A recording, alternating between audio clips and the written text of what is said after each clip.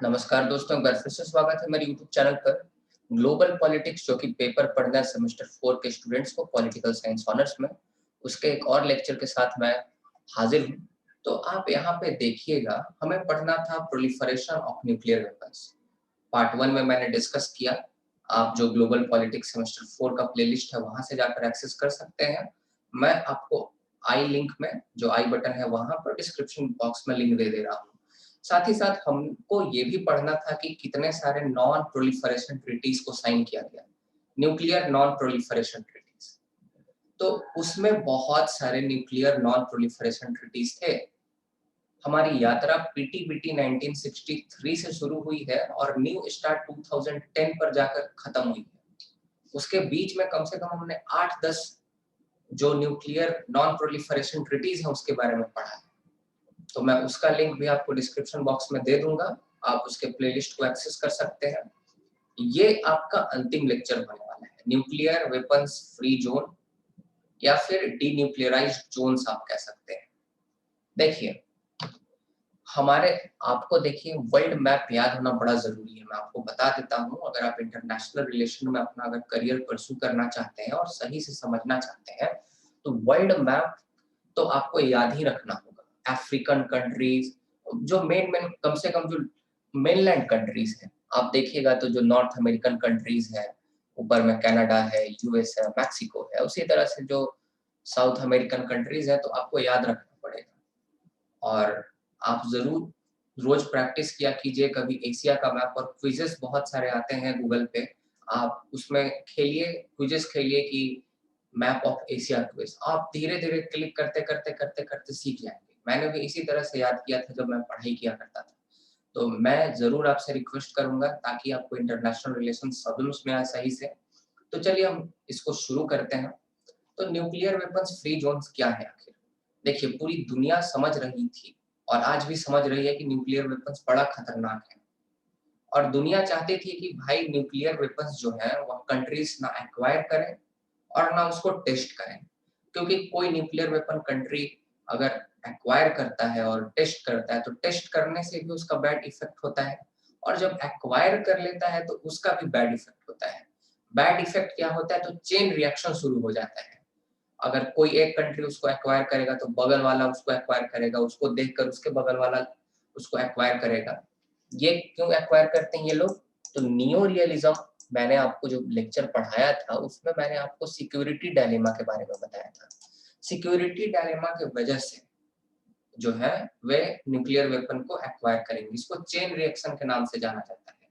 China ने nuclear weapon acquire किया, इसीलिए इंडिया ने भी जल्दी से जल्दी न्यूक्लियर वेपन को एक्वायर किया, चाइना को काउंटर करने के लिए, उसके हेजेमनी को, ठीक है, उसके वर्चस्व को। और सिक्योरिटी डायलेमा था इंडिया के मन में कि भाई हमारा पड़ोसी है, बाद में हमारे लिए खतरा हो सकता है। तो ये जो हमारे मन में ये जो दुविधा का भाव होता है, जो डिस्ट्रस्ट की जो भावना होती है, यही सिक्योरिटी डायलेमा है, जो कि हमें इंस्पायर करती है कि हमें भी वेपन्स को जो है वह रखना है, बैलेंस ऑफ पावर मेंटेन करने के लिए।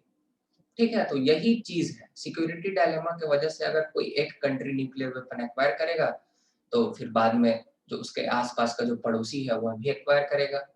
अब इंडिया ने एक 1974 में टेस्ट कंडक्ट किया, smiling Buddha, under the period of Indira Gandhi. उसके बाद पोखरण 2 जब हुआ, जिसमें 11 और 13 मई के दिन 1998 में न्यूक्लियर टेस्ट किए गए अटल बिहारी वाजपेयी की सरकार के द्वारा। तो उसके आप देखिएगा रिस्पॉन्स में पाकिस्तान ने भी अपने न्यूक्लियर टेस्ट किए। तो इस तरह से चेन रिएक्शन चलता है। और आप अगर चेन रिएक्शन अगर चलेगा, न्यूक्लियर टेस्ट होंगे, तो ये आसपास की जो जनसंख्या है जो वहां रहती है उसके लिए काफी हानिकारक है, हमारे इन्वायरमेंट के लिए काफी ज्यादा हानिकारक है।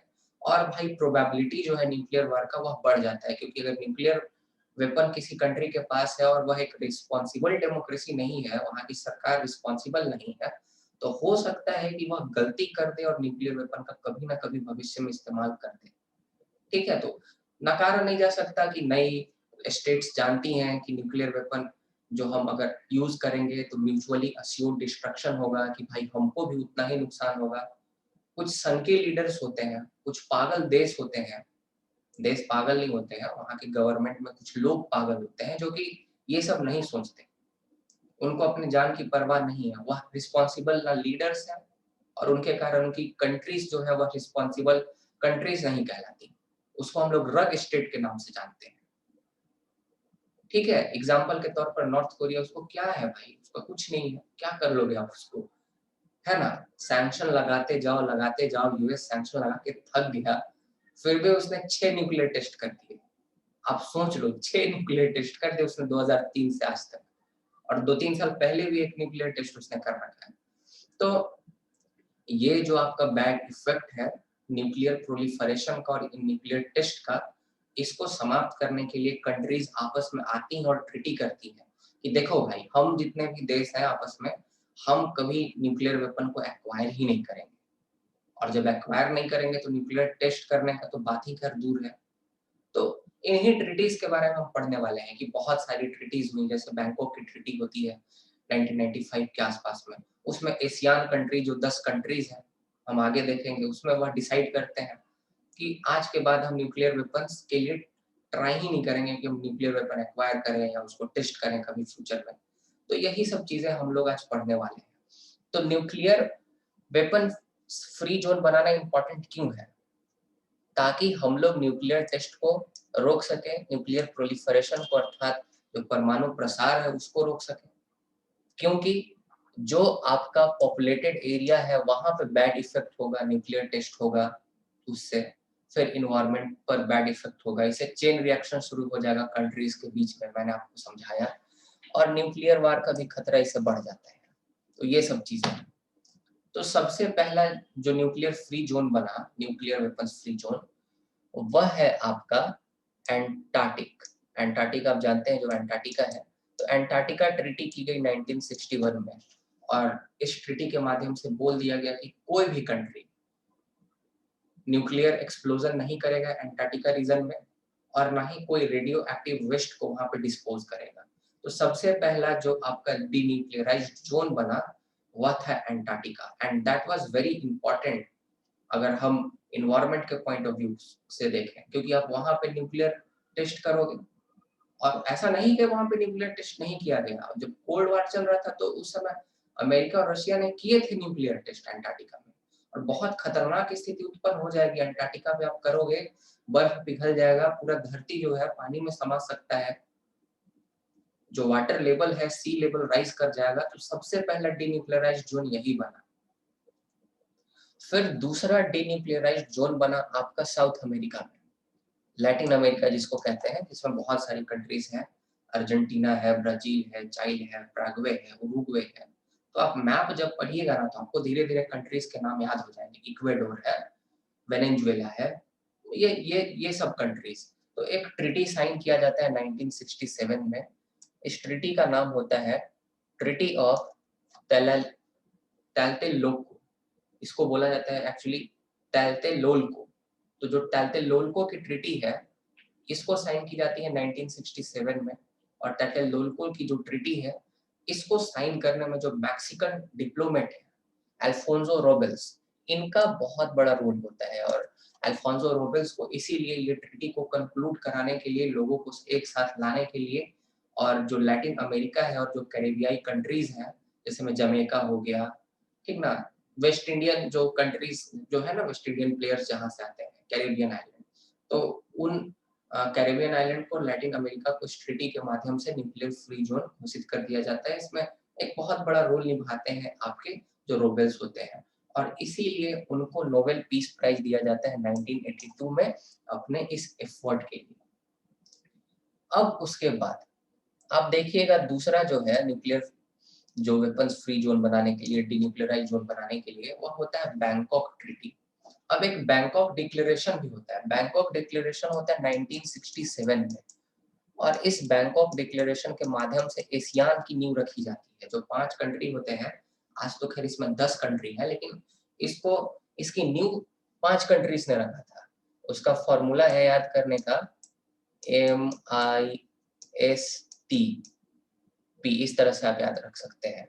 आप याद रख सकते हैं, और P यहाँ पे होगा, MIST मिस्ट P, इस तरह से फॉर्मूला बना सकते हैं। यहाँ पे आपको ध्यान रखना है, यहाँ M से म्यांमार नहीं होगा, बस ये ध्यान रख लेना है। M से मलेशिया होगा, I से इंडोनेशिया होगा, S से सिंगापुर होगा, T से थाईलैंड होगा और P से फिलीपींस होगा। और फिर आप देखिएगा कि 1990 में फिर 5 कंट्रीज इसमें जुड़ते हैं। तो कंफ्यूज नहीं करना है, बैंकॉक ट्रीटी अलग है और बैंकॉक डिक्लेरेशन अलग है। बैंकॉक ट्रीटी होता है 1995 में इस जोन को, पूरे एशियान कंट्रीज के जोन को डीन्यूक्लियराइज्ड करने के लिए। और ये जो बैंकॉक डिक्लेरेशन है, ये एशियान जो है उसका फाउंडेशन के लिए होता है, उसके एस्टेब्लिशमेंट के लिए होता है, association of south east Asian Nations, ठीक है, एशियान। तो यहाँ पे आप देखिएगा कि 1995 में बैंकॉक ट्रीटी होता है, south east Asian nuclear weapon free zone treaty के नाम से भी इसको जानते हैं। तो यहाँ तो बात आपको साफ साफ पता चल जा रहा है पढ़ने के साथ ही कि साउथ ईस्ट एशियन नेशंस जो है वह न्यूक्लियर वेपन्स फ्री जोन बना रहे हैं। तो इसमें एशियान के ही सारे कंट्रीज होते हैं, जो 10 कंट्रीज हैं एशियान के, वही सब इसमें रहते हैं। 5 कंट्रीज बाद में ऐड हो जाते हैं, ब्रूनेई, कंबोडिया, लाओस, ठीक है, वियतनाम और म्यांमार। तो ये 10 कंट्रीज आप देखिएगा मैप में जाकर, इंडिया के इधर म्यांमार, थाईलैंड हो गया, नीचे Malaysia, Singapore, Indonesia, Philippines, Vietnam, Laos, Cambodia, Brunei, ये सब जो कंट्रीज हैं, ये सब कंट्रीज बैंकॉक ट्रीटी के माध्यम से डीन्यूक्लियराइज हो जाते हैं। तो ये दूसरा ट्रीटी है। तीसरा आपका जो ट्रीटी है, देखिए इसमें ज्यादा कंट्रीज का नाम याद रखने का जरूरत नहीं है, ये साउथ पैसिफिक के लिए होता है। साउथ पैसिफिक मतलब ये जो आपका ऑस्ट्रेलिया वाला एरिया है, इधर आपका न्यूजीलैंड है, और यहाँ पे आप देखिएगा ना एकदम छोटे छोटे बहुत सारे आइलैंड कंट्री है, बहुत ही छोटे छोटे आइलैंड कंट्री है, ठीक है। तो उसमें आपका फिजी का नाम आप याद रख सकते हैं, किरीबाती का नाम आप याद रख सकते हैं, नाउरू का नाम याद रख सकते हैं, पपुआ न्यू गिनी आपको नाम याद ही होगा, ये क्रिकेट भी 1-2 बार खेल चुका है। ऑस्ट्रेलिया, न्यूजीलैंड आपको याद ही होगा, क्योंकि साउथ पैसिफिक की जब बात करेंगे तो यही 2 कंट्रीज जो है वह इंपॉर्टेंट है। और एक बस आप और याद रख लीजिए, कुक आइलैंड्स। और इस रीजन में मुझे भी सारे कंट्रीज का नाम नहीं पता है, इतना काफी है। इतने सारे कंट्रीज जो है, और भी कुछ कंट्रीज थे, वे सब आते हैं और एक ट्रीटी करते हैं। कहाँ ट्रीटी करते हैं? तो कुक आइलैंड के कैपिटल सिटी में। और कुक आइलैंड का कैपिटल कहाँ है? वह है रारोतोंगा।